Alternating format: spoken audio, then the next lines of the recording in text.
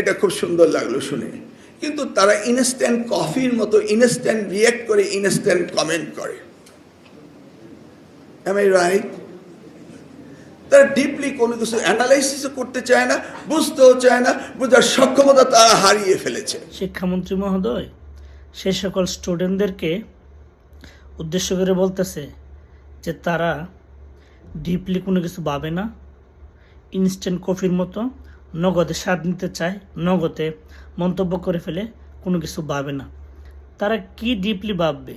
তারা তো ইনস্ট্যান্ট কোনো কিছু পায় অভ্যস্ত।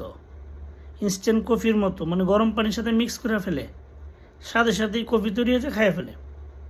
কীরকম বুঝতেছেন না, তাই তো? মানে একটা গুজব ছড়ানো হয়েছে শেখ হাসিনা নাকি বাচ্চাদেরকে রাজাকার বলছে, বাস মিছিল নিয়ে বার হয়ে গেল হাজার হাজার পোলাপান। একটা গুজব ছড়াইলেন যে আওয়ামী লীগের লোকজন চাকরি পাইতেছে, অন্য দলের লোকজন চাকরি পাইতেছে না। ওরা এগুলো ডিপলি ভাবে নাই, মনোযোগ দেয় নাই। আপনাদের কথা মতো আন্দোলন করছে, সরকারি চাকরি পাইব। এখন দেখতেছে সবই বুয়া। ইনস্ট্যান্ট কফির মতো ওরা সব কিছু গুলায় ফেলতেছে। আর ডিপলি বাবার সুযোগ নেই। ডিপলি ভাববো কেমনে?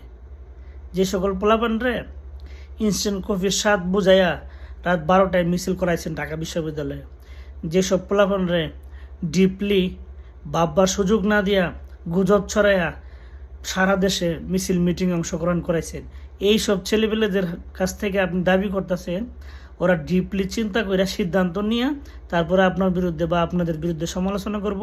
এটা কেমন কথা? পোলাপান ডিপলি ভাববার সুযোগ পাইছে না, আপনারা দেন নাই। এদেরকে সবসময় প্রেশারের উপরে রাখছেন। এরা গভীরভাবে মনোযোগ দিয়ে কোনো কিছু চিন্তা ভাবনা করে সিদ্ধান্ত নিব, এই সুযোগ দেন নাই। যার জন্য এখন মন্তব্য করার ক্ষেত্রে বা সমালোচনা করার ক্ষেত্রে তারা ডিপলি ভাবে না, এটা সাধারণভাবেই নেন। কারণ এইগুলা তো আপনাদেরই তৈরি, সহ্য করে নেন, কি করবেন? কিছু করার নাই তো।